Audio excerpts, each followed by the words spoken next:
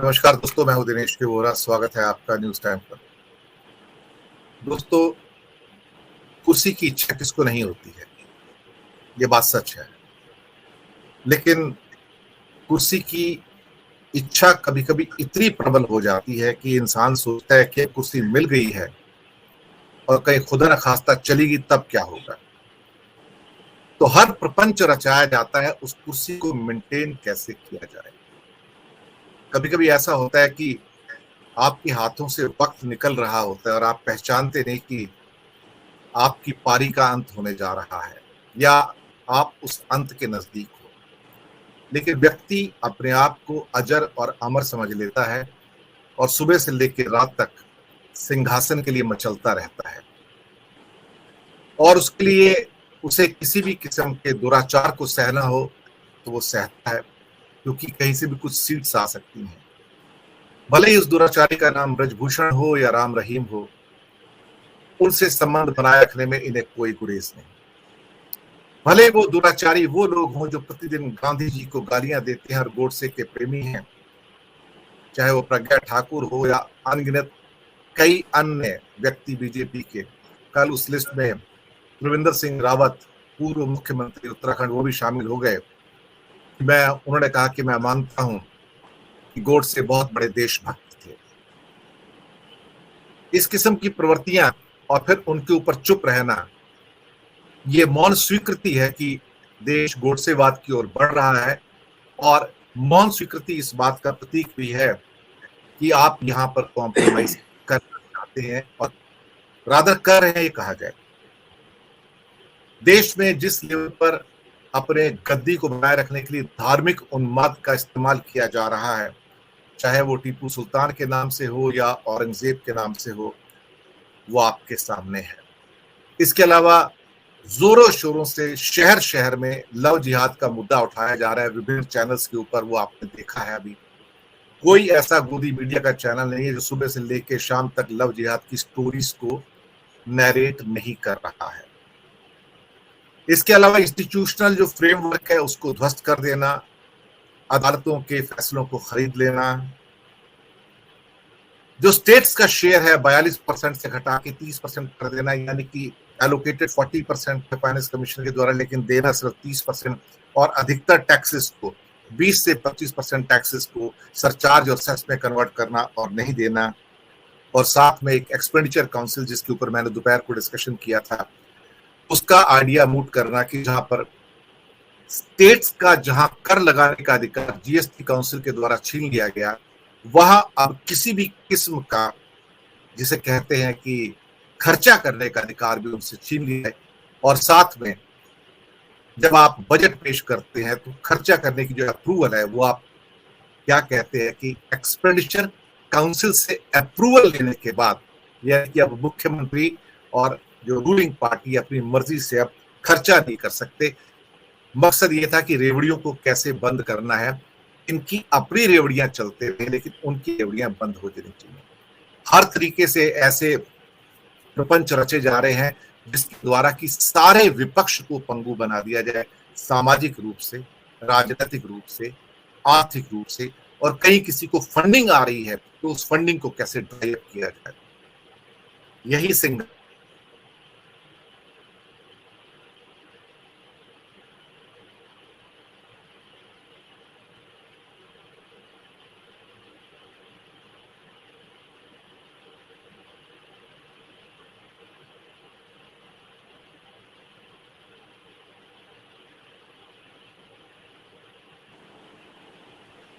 सुनील जी, आप take over कर लीजिए।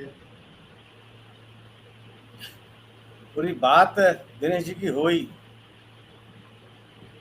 कम से कम वो कुछ इनिशिएट कर पाए। हाँ, विषय पूरी तरह से पहला सवाल जो है वो अगर कर सके तो उसके बाद फिर आगे उसको बढ़ाया जा सकता है। हो सकता है कि दोबारा जुड़ रहे हो।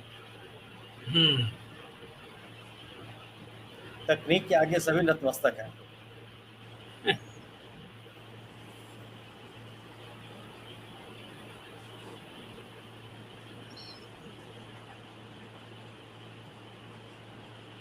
केबल वाला इंटरनेट होगा तो फिर तो इसमें प्रॉब्लम नहीं होनी चाहिए।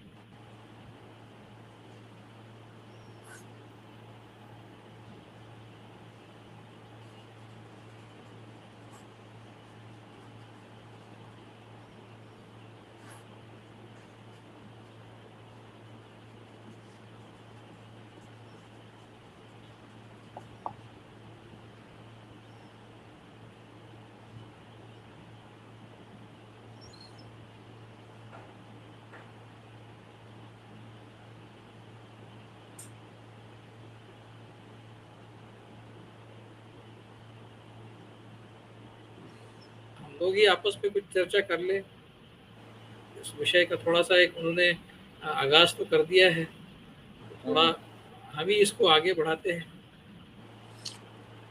विवेक जी आप कुल ही मिला कुछ बोलिए इस पे। आ रहे हैं, चलिए आगे आगे अगर आगे जी सॉरी, मैं माफी चाहूंगा। मेरे ख्याल से आप चर्चा को जारी रखिए। सुनील जी कौन आए थे? आप आए थे चर्चा करने के लिए? नहीं, अभी हम शुरू नहीं किया हमने। आप अभी अपना पहले पहला आप सवाल तो चल रहा था। नहीं, आप शुरू कर लीजिए अब। तो मकसद ये है कि कुर्सी की रेस के लिए सब कुछ। और मैंने कहा था कि आज मेरा नेटवर्क आ रहा जा रहा है, मुझे हॉटस्पॉट पे आना पड़ा, तो मैं माफी चाहूंगा आप सबसे भी और दर्शकों से भी। तो सबसे पहले सुनील जी को मैं ले लेता हूं कि आज कुर्सी के लिए कुछ भी करने को साहिब तैयार हैं। हालात ऐसे हो गए हैं कि उसके लिए किसी भी किस्म का विद्वेष फैलाना हो, नफरत फैलानी हो, कुछ भी करना हो, सब कुछ किया जा रहा है, हर प्रपंच रचा जा रहा है। पर ये कब तक चलेगा सुनील जी? धन्यवाद दिनेश जी। ये सही है कि कुर्सी और के एक लिए रिक्वेस्ट है, अगर मैं बीच में चले तो बिलाल साहब या आप कोई एक टेम्पररी एंकर का काम कर लीजिएगा सर तब तक। ठीक है, बिलाल आप में से साहब कोई भी टेम्पररी एंकर का काम कर लीजिए। बिलाल साहब का कनेक्शन बेटर है, कंटिन्यू करेंगे, कनेक्ट कराएंगे आपके अनुपस्थिति में। सेकंड इन कमांड बिलाल साहब रहेंगे। तो धन्यवाद दिनेश जी। मेरा ये है कि सत्ता आसानी से कोई नहीं छोड़ता, ताकत से इतना जल्दी मोह भंग नहीं होता। ताकत को बटोरे रखने के लिए आदमी जीवन के अंतिम क्षणों तक प्रयास करता है, ये बिल्कुल सही है। सवाल केवल यह है कि जो आप प्रयास करते हैं वह प्रयास कितना फलीभूत होता है, उस प्रयास का परिणाम क्या मिलता है। सत्ता का व्याकरण एकदम अलग है, सत्ता में बैठे हुए लोगों की बातें एकदम अलग है। मैं अपना अनुभव आपको बता सकता हूं कि एक सम्मानित मुख्यमंत्री जी से चुनाव के समय मेरी बात हो रही थी, तो मैंने उनसे कहा कि जनता के जो बहुत ही मकामी मसले हैं उन पे बहुत लोगों का जोर है और बड़ी नाराजगी है। मसलन कि सड़क, बिजली, पानी जैसे मुद्दों को लेकर लोग नाराज हैं और सरकार की इसको विफलता के रूप में देख रहे हैं। मुझे लगता है कि यह चुनाव में बड़ा मुद्दा है। उन्होंने हमसे कहा कि हमारे राज्य में सड़क कब से मुद्दा होगी। ये सम्मानित मुख्यमंत्री का रिएक्शन था मेरे लिए कि मेरे राज्य में सड़क कब से मुद्दा हो गया, लोगों को सड़क पर चलने की कब से आदत है।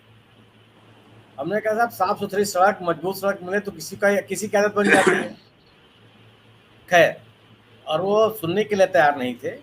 परिणाम क्या हुआ कि वो दुनिया भर की चीजें गिना रहे थे। सोशल सेक्टर में मैंने ये किया, एग्रीकल्चर सेक्टर में मैंने ये किया, एजुकेशन के सेक्टर में मैंने वो कर दिया,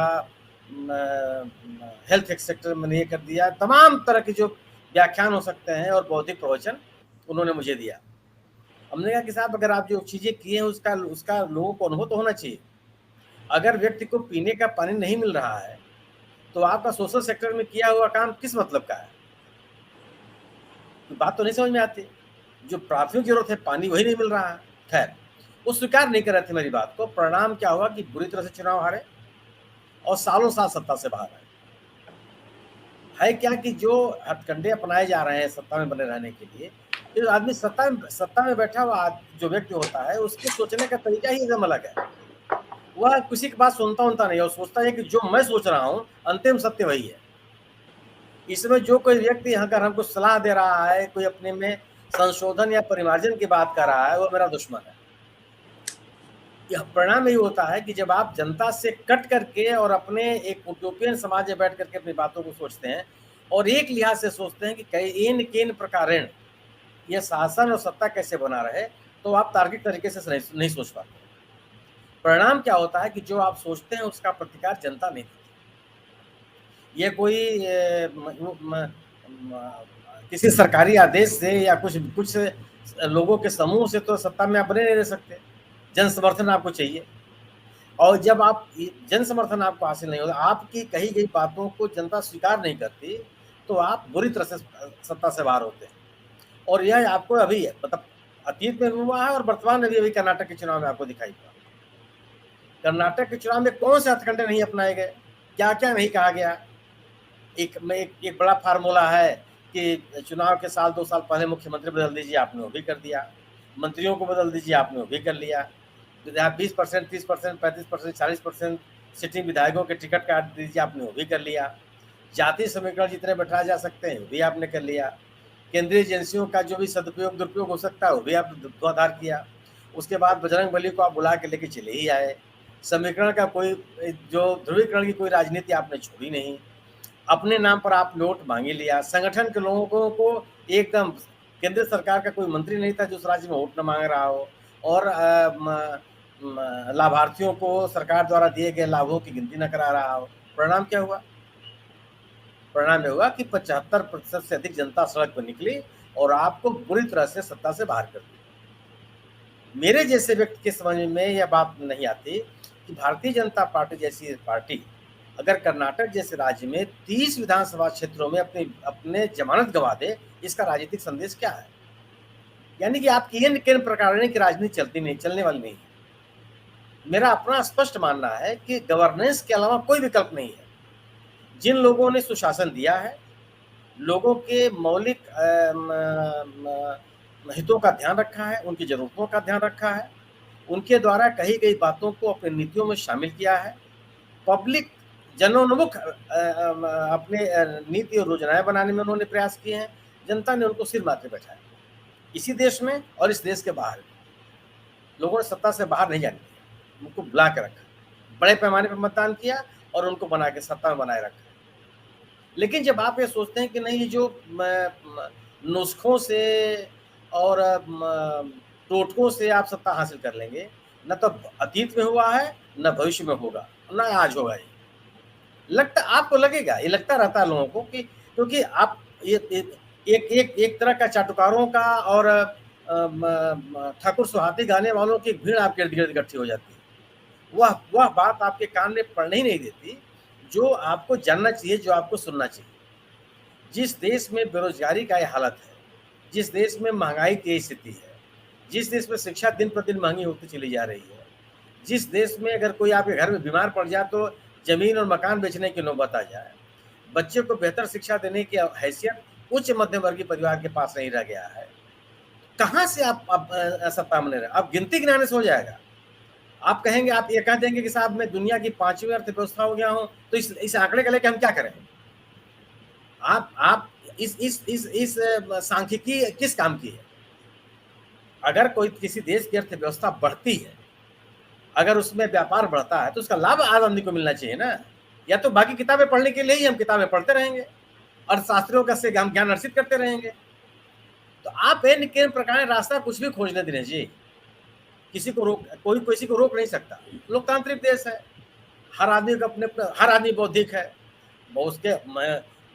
उसके सोचने समझने का जो तरीका है वो तो अल्टीमेट है। वो सोचता है कि जो मैं सोचता हूँ अंतिम सत्य वही है। तो आप भले सब कुछ सोचते रहें, लेकिन ये तथ्य यही है कि आप अगर जनोन्मुख नहीं हैं, लोगों के साथ जुड़े हुए नहीं हैं, जनता की समस्याओं के समाधान के लिए आप तत्पर नहीं हैं, तो यकीन मान के चलिए जनता आपको समर्थन देने वाली नहीं है। जी।